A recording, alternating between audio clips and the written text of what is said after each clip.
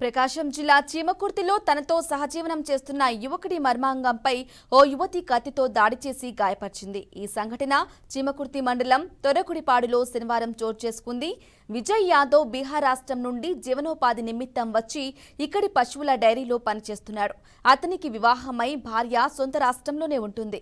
ఈ క్రమంలో అదే రాష్ట్రానికి చెందిన ఓ యువతితో విజయ్ యాదవ్కి పరిచయమైంది.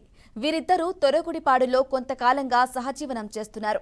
ప్రస్తుతం విజయ్ యాదవ్ తన సంపాదనంతా మొదటి భార్యకు పంపిస్తూ తనను సరిగ్గా చూసుకోకుండా ఇబ్బందులు పెడుతున్నాడంటూ యువతి శనివారం మధ్యాహ్నం నిర్దేశిస్తున్న విజయ్పై కూరగాయలు కోసే కత్తితో దాడి చేసింది. అధిక రక్తస్రావం కావడంతో ఆందోళనకు గురై ఆ విషయాన్ని డైరీ యజమానికి చెప్పింది.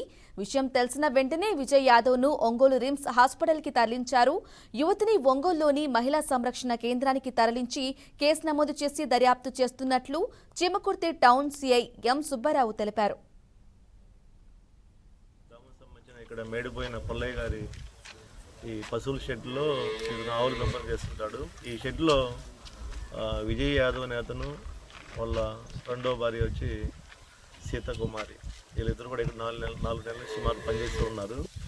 నిన్న మధ్యాహ్నం వాళ్ళిద్దరి మధ్య గొడవలలో అతను నిద్రపోతున్న సమయంలో విజయ్ కుమార్ యాదవ్ వాళ్ళ రెండవ భార్య వచ్చి సీతాకుమారి ఇంట్లో ఉన్న కూరగాయలు కట్ చేసుకునే చాకుతో పెనీస్ని కట్ చేయడం జరిగింది. కట్ చేసి ఆ బ్లడ్ చూసి వెంటనే ఈ పొలం యజమాని అయిన మేడిపోయిన పుల్లయ్య గారికి ఫోన్ చేసి ఇక్కడి నుంచి వెళ్ళిపోవడం జరిగింది.